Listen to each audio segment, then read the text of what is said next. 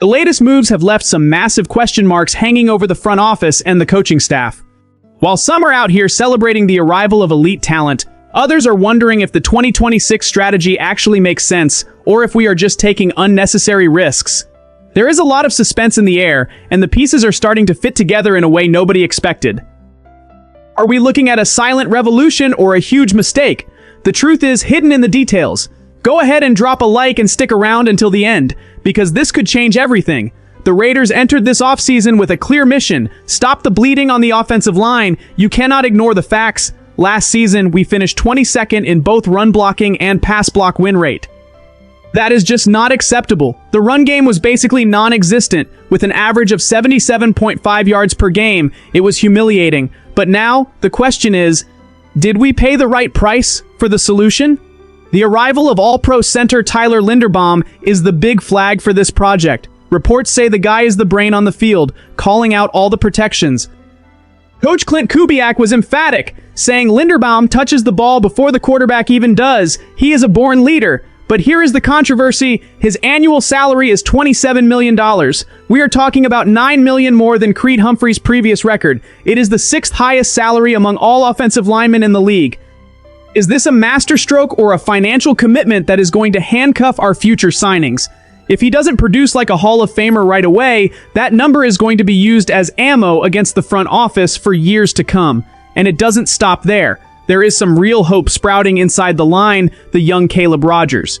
At 6'4" and 245 pounds, the guy wasn't the problem last year, even when the rest of the line was falling apart. ESPN's Aaron Schatz pointed out that Rogers had a 90.7% pass block efficiency rating in his 6 starts. His transition from tackle at Texas Tech to the inside seems to have been the right move. Now, the strategic doubt that is hammering every fan's head: what do we do at left guard? There is talk that the battle will be between Rogers and Spencer Burford, who came over from the Niners. The alternative would be Jordan Meredith, but let's be real. His numbers in 2025 were concerning, with a 57.7 PFF grade and 4 sacks allowed.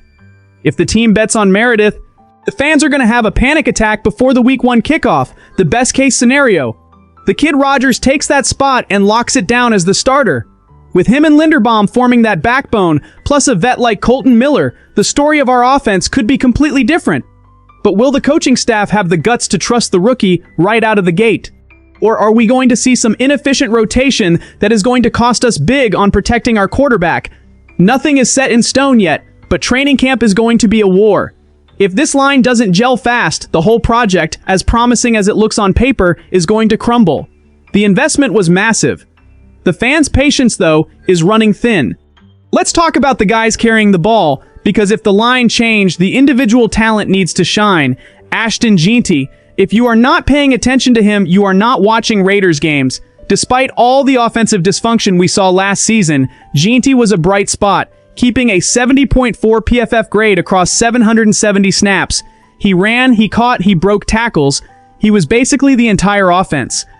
But now, what can we expect? Bleacher Report's Christopher Knox put Jeanty as the most promising foundation for the future, and this is where the strategy gets interesting. With the arrival of offensive coordinator Clint Kubiak, who worked magic with running backs in Seattle, the expectation is that Jeanty is going to take it to the next level. If the zone scheme the staff is putting together works, we are talking about a guy who could put up elite numbers, Saquon Barkley or Bijan Robinson style. But we have an elephant in the room. What happens to the touch distribution if the offense is focused on a system that tries to balance everything out? Raheem Mostert, who was with the group in 2025, was categorical in saying Jeanty is just different. He saw with his own eyes the guy running over defenders and not slowing down. The testimony of a veteran like that carries weight. When someone who knows the toughness of this league says a player is special, we stop and listen. Still, there is speculation about the transition to this new Raiders era. With Fernando Mendoza coming in as the big draft bet and Kirk Cousins bringing the experience, how does Jeanty fit into this new ecosystem? Will he be the safety net for our new quarterback or just a rotational piece? The idea that he can be the foundation is tempting, but NFL history is full of prospects who never cross that 4 yards per carry mark. If Jeanty is really who Mostert says he is, he needs to be the valve release for Kubiak's offense. He needs to be the guy who, when the game is tight, catches a short pass and turns it into a 20-yard gain. But what worries me is the workload. Are they going to overwork the kid, or will the system protect him? Some say his success is directly tied to the evolution of that offensive line we just talked about. It is a domino effect. If the line doesn't open the holes, even the best running back in the world isn't going to save us. So, Raider Nation, do you trust Ginty to explode this season, or is this just exaggerated hype based on flashes from a bad year? Raider Nation, let's face the reality about our most critical position, the quarterback. Fernando Mendoza, the #1 pick. The future. His offseason chaos was all over the news. Everyone knows that, but the work has started. The question is the process moving fast enough? David Carr, who has direct sources inside the inner circle, shed some light on what quarterbacks coach Mike Sullivan is thinking.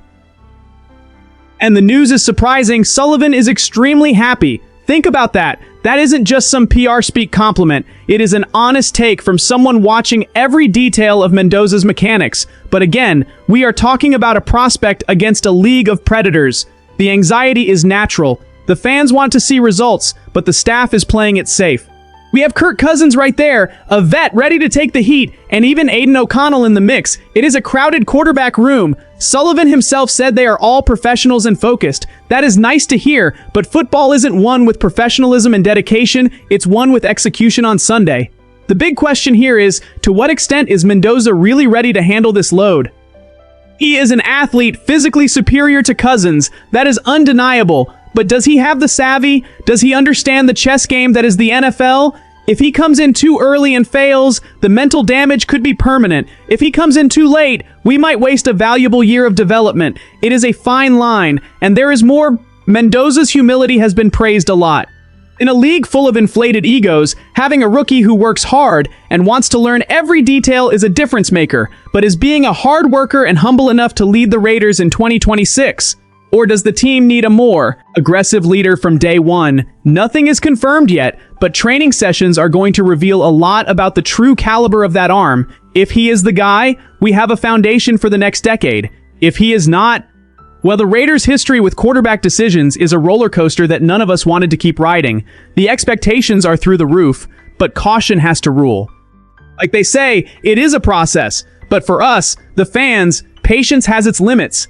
And the clock for week 1 is ticking down. What do you think? Is Mendoza the guy for 2026, or are we hiding a bigger problem behind a curtain of optimism? The landscape for 2026 is laid out, but the pieces still seem to be adjusting on a really unstable board. Between the $1 million bet on Linderbaum, the explosiveness of Ginty, and the wild card under center with Mendoza, the front office is betting everything on Clint Kubiak's new system. But the big question remains, will we have enough stability to fight for the playoffs, or is all this just a make-up reconstruction that is going to leave us stuck in the middle of the pack? Now, I want to hear from you. Does this strategy bring you hope or worry? Leave a comment below, and let's debate this uncertain future.